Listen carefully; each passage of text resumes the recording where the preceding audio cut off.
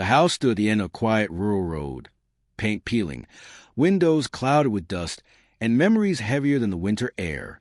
Michael Carter had faced gunfire, loss, and years of war, but nothing prepared him for the moment he unlocked his late mother's front door and stepped back into the place where his life had begun.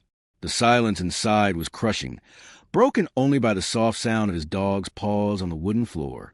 Grief hit him harder here than it ever did overseas, because this was not a battlefield he could escape. This was home, and everything he had lost lived within these walls. Before we go deeper into this story, take a moment. If you believe in silent heroes, second chances, and the power of kindness that changes lives, please like this video, share it, comment your thoughts, and subscribe to the channel. Your support helps keep stories like this alive. Michael was a United States Army veteran who had spent 12 years serving his country, carrying discipline on his back and trauma in his chest. After returning home, life never truly settled. His father had passed away years earlier, and his mother, Grace Carter, had been his anchor through every deployment. She prayed for him daily, wrote letters in careful handwriting, and kept his childhood room exactly the same, as if preserving time itself. When she died suddenly from a stroke, Michael felt unmoored, like a soldier left without orders. The house was left to him, but returning felt less like an inheritance and more like reopening a wound that never healed. He brought only what he needed: a duffel bag, his old service jacket, and his dog, Max, a German shepherd who had been his loyal companion since his last deployment. Max had been trained for discipline, but carried a gentleness that mirrored Michael's hidden heart. Together, they walked through the room slowly, each step stirring dust and memories. The kitchen still smelled faintly of coffee. The living room couch bore the imprint of long evenings where Grace waited for phone calls from distant bases. Every corner reminded Michael of who he was before the war and who he no longer felt capable of being. The nights were the hardest. Michael slept little, haunted by memories and the echo of his mother's voice calling his name in dreams. He tried to busy himself by cleaning, sorting old boxes, and repairing small things around the house, telling himself structure would keep the darkness away.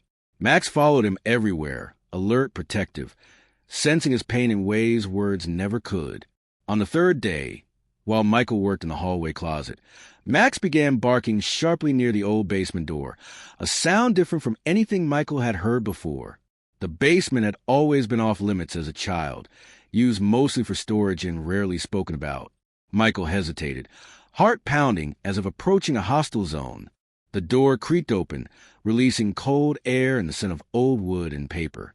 Max rushed down the steps, stopping near a hidden corner behind stacked boxes. Michael followed, flashlight shaking in his hand, and began clearing the clutter. What he uncovered stopped him cold. There, carefully wrapped in cloth and preserved with reverence, were letters, photographs, and a small wooden chest. Inside the chest were military medals, not Michael's, but his grandfather's, along with documents revealing a family history he had never known. His mother's father had been a decorated soldier who quietly helped struggling veterans after World War II, opening their home to those with nowhere else to go. Among the papers were handwritten journals from Grace herself, detailing years of anonymous charity, housing veterans, feeding the homeless, and supporting families who had lost everything, all without recognition. Michael sat on the basement floor as tears fell freely, something he had not allowed himself to do in years. His mother had lived a life of silent service, carrying forward a legacy she never spoke about. In her final journal entry, she wrote about Michael, about her pride in him, and her hope that one day he would find peace by helping others the way she had. She believed his wounds could become a bridge for others, not a burden he carried alone.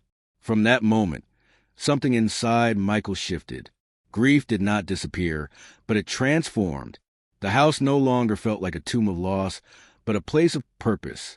Over the next weeks, Michael decided not to sell the property. Instead, he restored it slowly, room by room, honoring the past while building something new. With the help of local churches and veteran organizations, he turned the house into a temporary refuge for homeless veterans, especially those struggling with PTSD and reintegration. The work was not easy. Some nights, old memories resurfaced. Some guests left angry or broken, unable to accept help, but others stayed healed and moved forward. Michael found strength in routine and service, and in watching lives slowly stabilize. Max became a quiet presence of comfort for everyone who walked through the door, often sitting beside those who needed silent understanding more than words. As months passed, the house filled with life again. Laughter returned to the kitchen. The living room hosted shared meals and prayer circles. Michael felt closer to his mother than he had in years, not through memories alone, but through action. He began speaking at veteran events, encouraging others to seek help without shame. His own healing continued, uneven but real, anchored in faith and community.